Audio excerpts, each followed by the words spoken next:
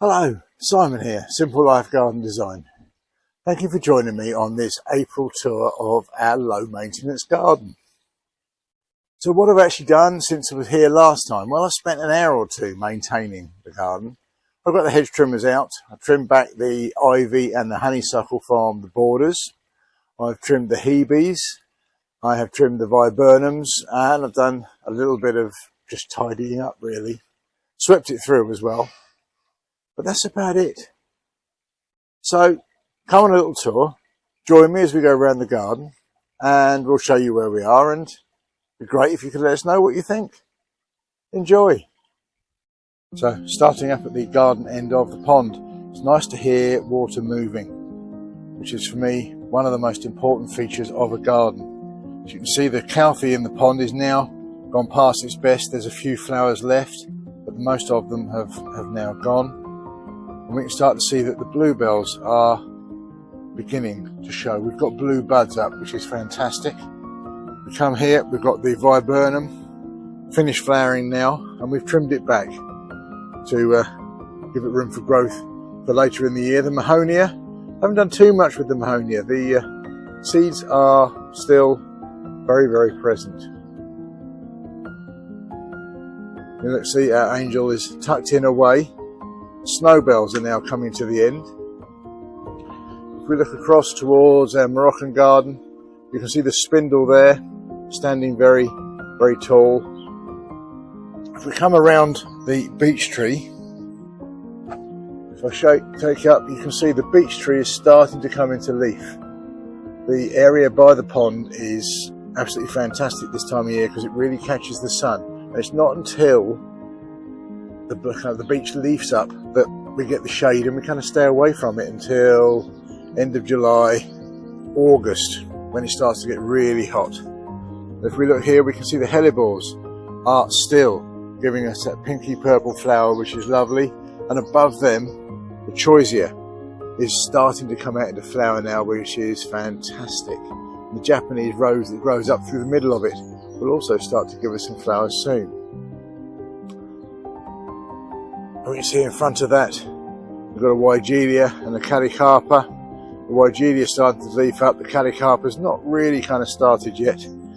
But if we come down to the below, we're going to have a lovely, lovely spread of bluebells here soon. And I'm sure when we come out to do May's video, they will be in full bloom. Behind them there, we've got a cypress tree. And we've got the buddleia, which has been in leaf now for quite a while, but that'll give us some fantastic colour, kind of June, July time. The blackthorn, which was so beautiful earlier in the year, is now finished, but in front of it the hawthorn is now starting to leaf up, and it won't be long before the hawthorn starts to give us those beautiful white May blossom. Salvia in the front, starting to show a little bit of leaf now. It's got bluebells growing through it. But the salvia, when it starts in kind of June, July time, will look fantastic. Probably right the way up till November, and sometimes even into December, which is fantastic. Again, we've got the rose here with the jasmine behind it. Jasmine's still a little quiet at the moment. Echinacea down below. There's some hollyhock leaves starting to come. And the ivy is kind of overgrowing one of our little fairy gardens. If we move up now, there's Cotoneaster. There's another hebe which I've also trimmed to give the buddleia behind it some space. The apple tree is now starting to leaf up, and you can see the blossom is just starting to show. We come down, you can see in this space that there's lots of smaller acanthus all trying to take hold. I think we'll probably have to get them out because acanthus is quite large, and if we look, there's one here behind another Cotoneaster. And it's probably only half the size that we'll get to before it puts up the kind of alien looking flowers that we'll get later in the year. Another Cotoneaster, Japonica, Skimmia in full flower now. We actually highlighted them as a kind of winter flower because of last year's leftovers. Maybe we should call them an all year round shrub. If we then look upwards, we can see that the sycamore is starting to come into leaf now. Those kind of pentadactyl flowers are starting to unfurl. There is, there's another plant I can't remember the name of at the minute. I'm going to come back to that one.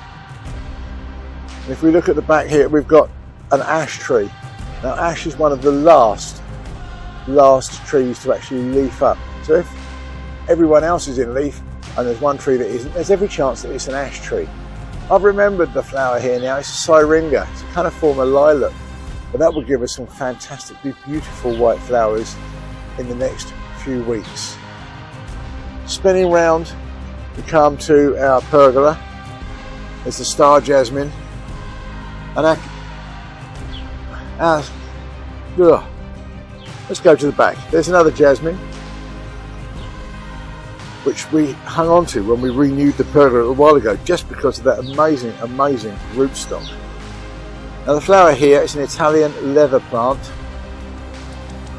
and it's the one that looks really dead in the winter and got rejected.